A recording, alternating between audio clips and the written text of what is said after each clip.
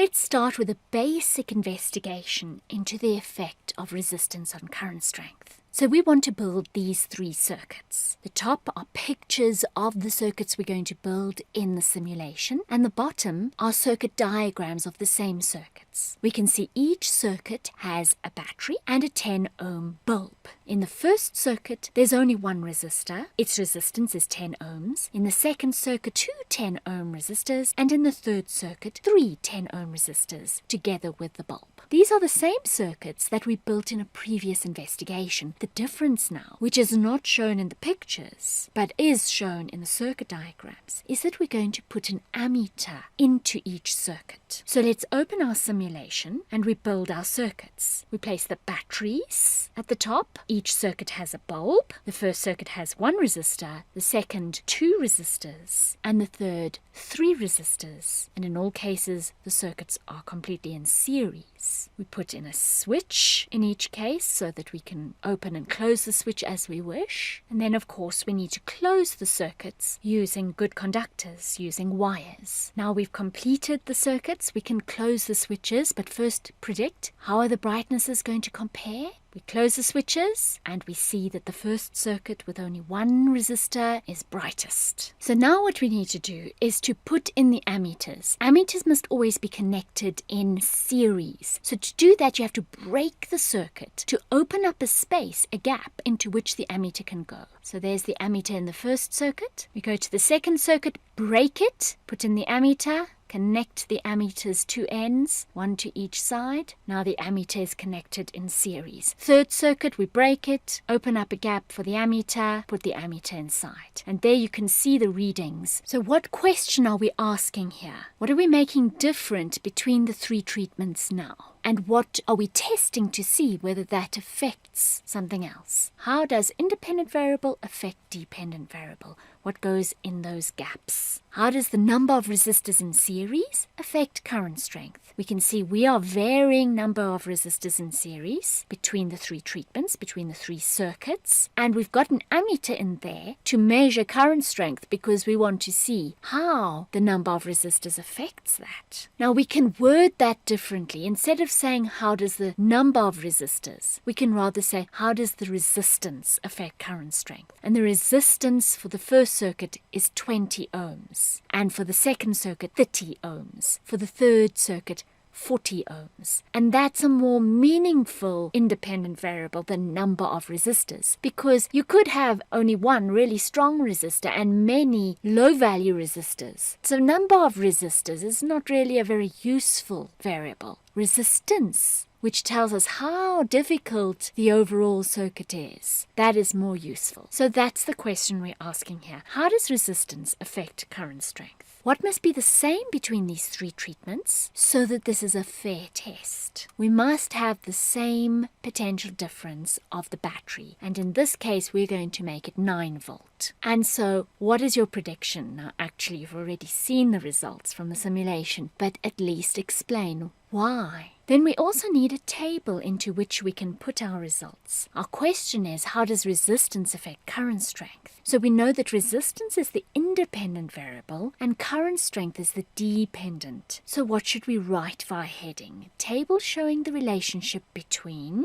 what and what. What should the heading and the unit be for the first column and the heading and the unit for the second column? Table showing the relationship between resistance and current strength. Resistance is measured in ohms, current strength in amperes. So now we give the total resistance of the circuit for each of these 3 circuits, 20, 30, and 40 ohms. And what did we measure was the current strength in each of those circuits. For the first circuit, we saw a current strength of 0.45 amperes, the second 0.30 amperes, and the third 0.22. The first circuit only had 20 ohms resistance, whereas the third one had 40 ohms resistance. So we can help us to understand this by writing R for resistance, small for the first circuit, only 20 ohms, and big for the third circuit, 40 ohms. And then if we look at our current strength reading, remember the symbol for current strength is I. In the first circuit, it was 0.45 amperes, which is the biggest of the three numbers. So we write a big I. And for the third circuit, it was 0.22 amperes, which is the smallest of the 3 ampere readings. And so we write a small I.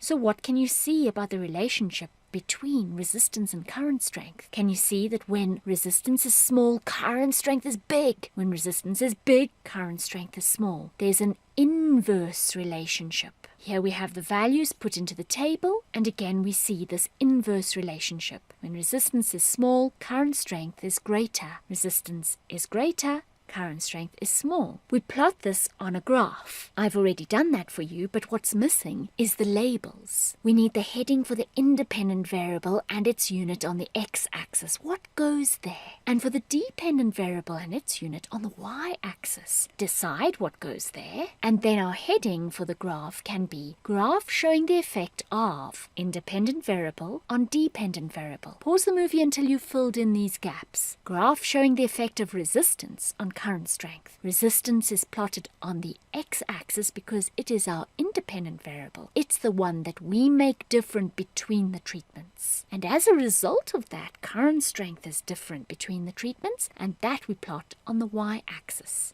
So complete these statements by choosing from the options highlighted. Circuit 1 has what kind of resistance? And therefore what kind of current strength? Circuit 1 has the lowest resistance of the three, and it has the highest current strength of the three. And what about circuit 3? It has the highest resistance of the three and the lowest current strength. So what is our conclusion? How does resistance affect current strength? You can give it in this format. As the independent variable is increased, the dependent variable, what happens to it? Does it increase or does it decrease? As resistance is increased, current strength decreases. Again, we can see that inverse relationship. When one is big, the other is small. So we need to explain why is that the case. And we can use these two analogies to help us. First of all, we can think of the marble analogy. The marbles in the groove, that's like the electrons inside the circuit. We push the marbles, and as we do so, they move. And then we can think about electric current also like water in pipes. So here we have a thick pipe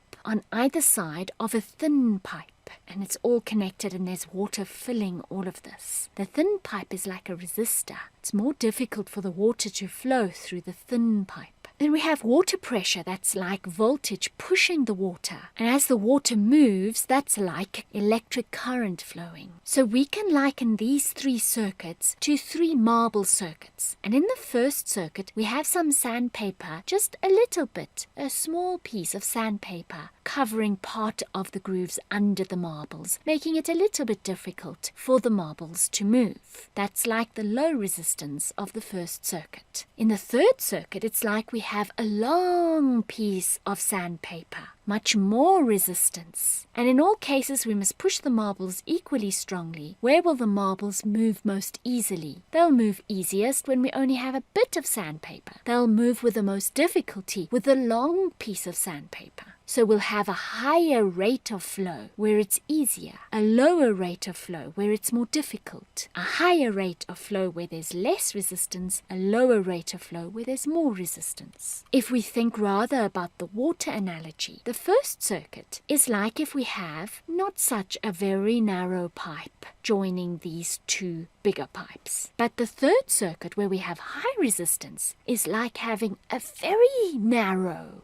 pipe joining these two bigger pipes. And the middle circuit is in between. A very narrow pipe offers more resistance. It makes it more difficult for the water to flow. Now, in all cases, we push the water from right to left with water pressure, the same water pressure. That is like the voltage that the battery gives. It's the same for all of the three circuits. Where will the water move easier? Where will the flow rate be greater? In the first circuit, because it's going through not such a thin pipe. So it's easier. Where will the water flow with most difficulty? Where will the water flow slowest? In the third circuit, because the water has to go through such a narrow pipe, which has such high resistance that it's difficult for the water to flow, so the flow rate will be less. So again, we see this inverse proportion where resistance is great, current strength is little. So this suggests that maybe we have inverse proportion because as one is big, the other is small. But we haven't yet established that it's really inverse proportion. Definitely there's an inverse relationship because when one is big, the other is small. But is it inverse proportion? To know that, we must know, is it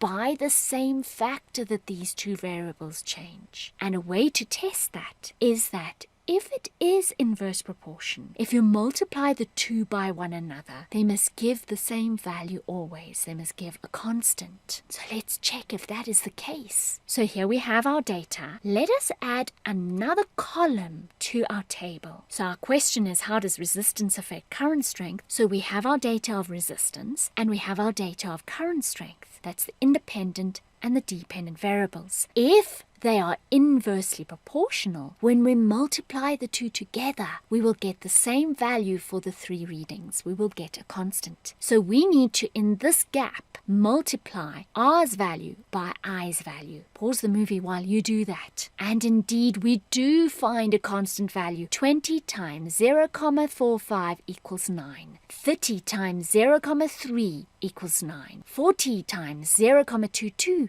equals 9. And more than that, can you see that this constant is the same as the voltage of the circuit that we used? Because R multiplied by I, in other words resistance multiplied by current strength, equals potential difference, equals voltage. And we can represent that in these triangles. Triangle on the left gives the relationship in symbols. V equals R times I. And the triangle on the right gives it in units. Volts equals ohms times amperes. So how can we answer this question? How does resistance affect current strength? We can use the term inversely proportional to. Dependent variable is inversely proportional to the independent variable. What should go in those gaps? Current strength is inversely proportional to resistance.